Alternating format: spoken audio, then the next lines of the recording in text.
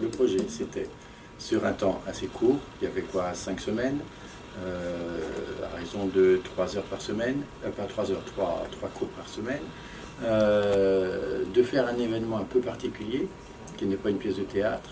Il ne se situe pas dans un théâtre sur un plateau, mais dans un lieu qui est un centre d'art, dans un lieu de circulation, qui n'est pas habitué à recevoir du public. Donc les élèves ne sont pas du tout habitués à travailler dans ces conditions-là. Le but n'est pas de monter un spectacle, mais le but est d'avoir une expérience pédagogique, puisqu'on est dans le cadre d'étudiants.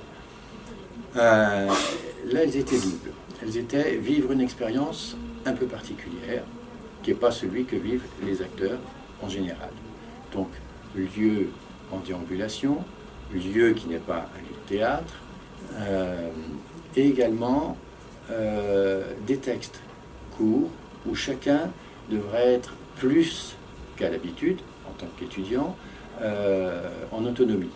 C'est-à-dire que les textes de chacun, on les a vus très peu de temps, on a travaillé très peu sur chaque texte, il y a eu des consignes, et donc on a pu vérifier là la capacité d'autonomie qu'ont eu les différents élèves-acteurs pour s'accaparer à la fois ces textes un petit peu étranges et les consignes, l'esprit du travail.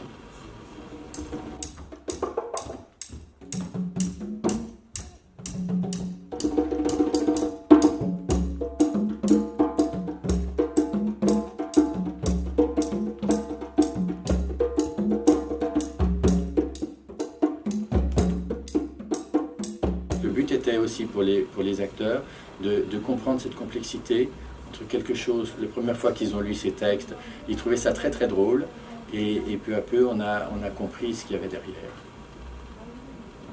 Donc c'était un travail sur porter les paroles d'un absent, être sur une réminiscence, donc être sur un acteur de ce genre de théâtre qui...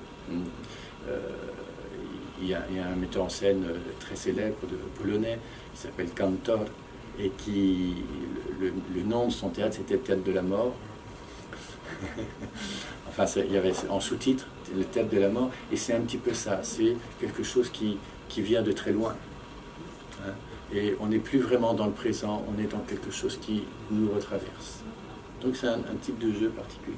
Mais pas jeu! Tu comprends? Pas jeu! De nouveau ce jeu. Pourquoi ce jeu? Mais zut alors! Ma et je! Mais qu'est-ce que c'est?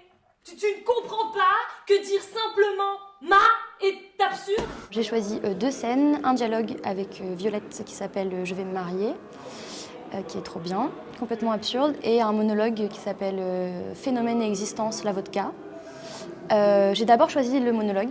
Le dialogue il est venu après, et le monologue j'ai adoré parce que j'aime beaucoup le côté conférence métaphysique qui part complètement en live, et j'aime beaucoup le fait de jouer, de parler de qu'est-ce qui existe, qu'est-ce qui n'existe pas, et le fait vraiment dans la mise en scène que je me perde dans cette question et que je me demande jusqu'à est-ce que moi-même j'existe, et je trouvais ça vraiment intéressant. Enfin, ça m'a fait penser à mes années philo où on parlait de trucs complètement barrés et on n'arrivait jamais à les mettre par rapport à nous. Enfin, on ne se rendait pas compte que ce n'était pas des objets séparés.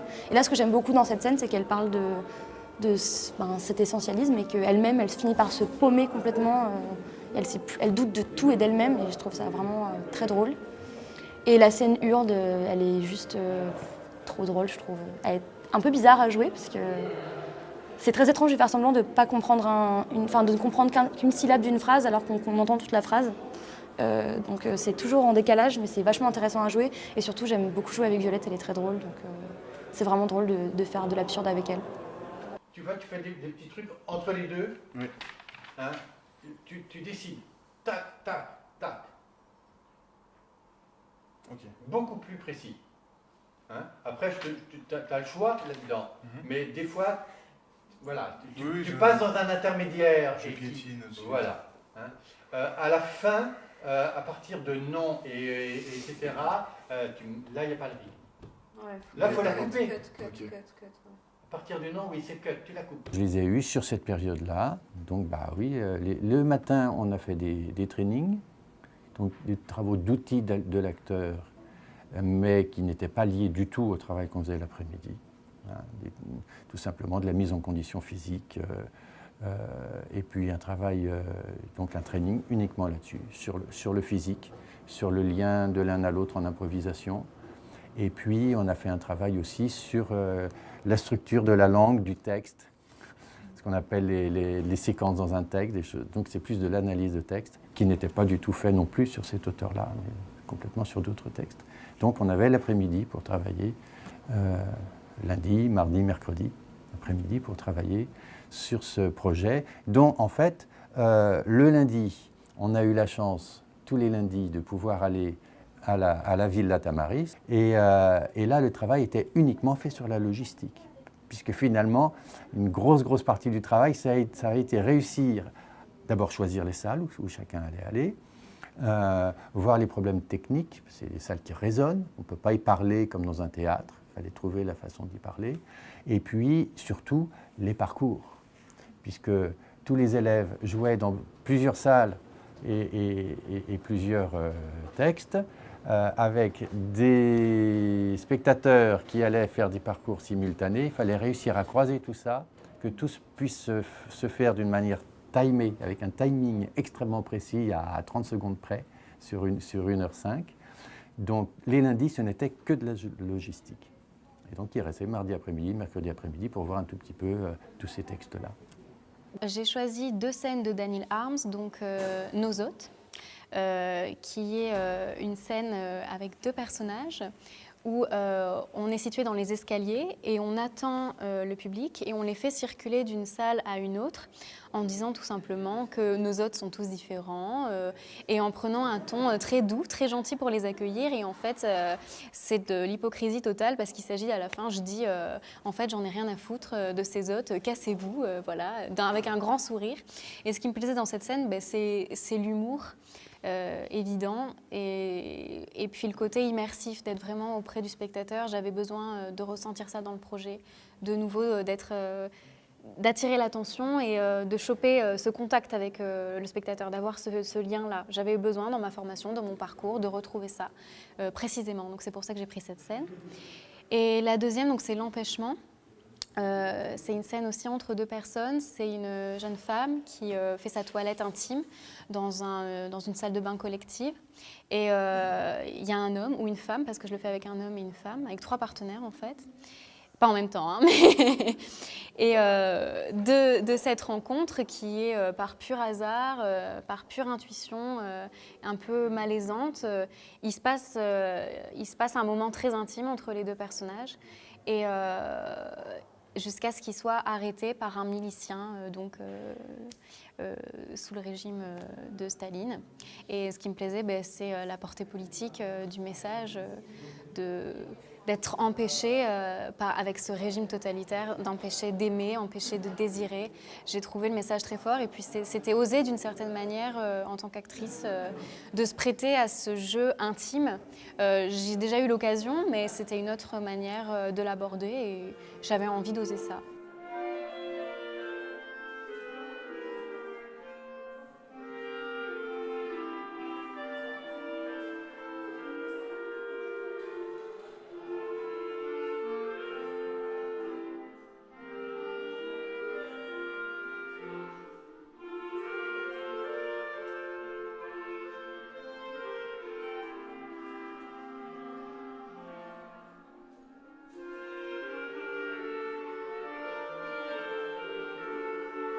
J'avais envie, et puis ce n'est pas que mon envie, c'est aussi l'envie du conservatoire, et c'est aussi l'envie de la métropole, de travailler en lien avec d'autres lieux, de faire des partenariats avec d'autres lieux culturels, donc de la métropole. ce que nous faisons déjà beaucoup avec le Théâtre Liberté, avec Château Vallon, qui sont des lieux avant tout de théâtre. Mais j'avais très envie, de faire quelque chose dans un lieu justement complètement hors théâtre. Et donc, l'action culturelle du conservatoire et moi, avec mon projet, on a réfléchi. Et très vite, on a vu qu'Isabelle Bourgeois, qui est donc la directrice maintenant de la Villa Tamaris, était très ouverte et avait très envie aussi de faire des actions autres que simplement accrocher des tableaux ou des photographies. C'est une première expérience. Je crois qu'elle est très contente. Nous sommes aussi très contents de ce partenariat et on va certainement continuer à faire d'autres choses. Les verres, ici le vase à fleurs, comme ça, et ici, voilà. Le sucre et la salade, voilà. C'est très beau. Elle aime bien manger. Maintenant, il faut faire en sorte qu'il n'y ait qu'une seule place confortable. Voilà, je vais mettre comme ça cette chaise ici, là, non, pour moi, là, comme ça. Voilà. Ça fera que je n'aurai pas d'autre place pour m'asseoir et je me retrouverai à côté d'elle. La Villa Tamaris, pour moi, c'est une première parce que j'ai jamais joué ici et que je ne connaisse pas le lieu. Mais le fait de justement faire une espèce de spectacle déambulé, c'est vachement intéressant. Je trouve que ça permet justement au public de pouvoir déambuler et du coup de découvrir chaque forme et chaque proposition qui sont complètement différentes. De voir aussi des gens qui sont différents et par conséquent la proposition est obligatoirement différente. Et c'est intéressant aussi au niveau de la mise en scène de se mettre complètement dans l'obscurité. Ça propose quelque chose de plus intimiste, de plus caché. Voilà, parce que ce qu'on propose aussi théâtralement parlant, c'est de l'absurde en fait, mais qui est assumé et qui peut aller assez loin en fait, dans la proposition. On peut faire des choses assez particulières, par exemple, je ne sais pas si on peut le dire, mais je le dis, mais si on peut, voilà, dans une de mes scènes, j'ai un rapport sexuel avec ma partenaire, évidemment qui est pour de faux, mais voilà, c'est quelque chose aussi, l'obscurité qui nous permet potentiellement de plus l'assumer.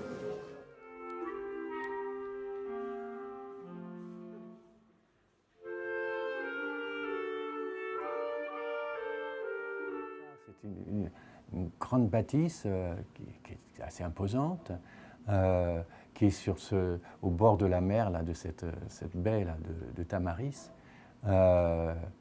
C'est un lieu formidable pour ça. Et puis il y avait à la fois des grandes salles, des petites salles, des couloirs, donc il y avait plein de possibilités différentes.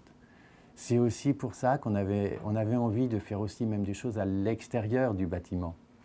On n'a pas osé en faire trop parce que 1er mars, le temps pouvait encore, voilà. Donc on n'a pas fait trop, mais quand on a vu que quelques jours avant qu'il allait pas pleuvoir, j'ai dit bon, on va au moins terminer et faire le salut sur cette grande terrasse devant ce panorama même nocturne qui est magnifique. Donc on a un tout petit peu aussi été à l'extérieur.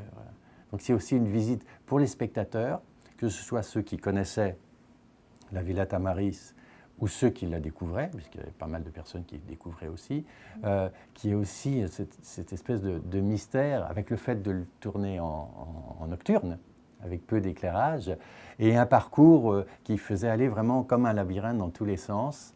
Je pense que les spectateurs ont vécu une expérience tout simplement assez mystérieuse, et pas seulement à cause de l'auteur et des textes, mais à cause de ce parcours.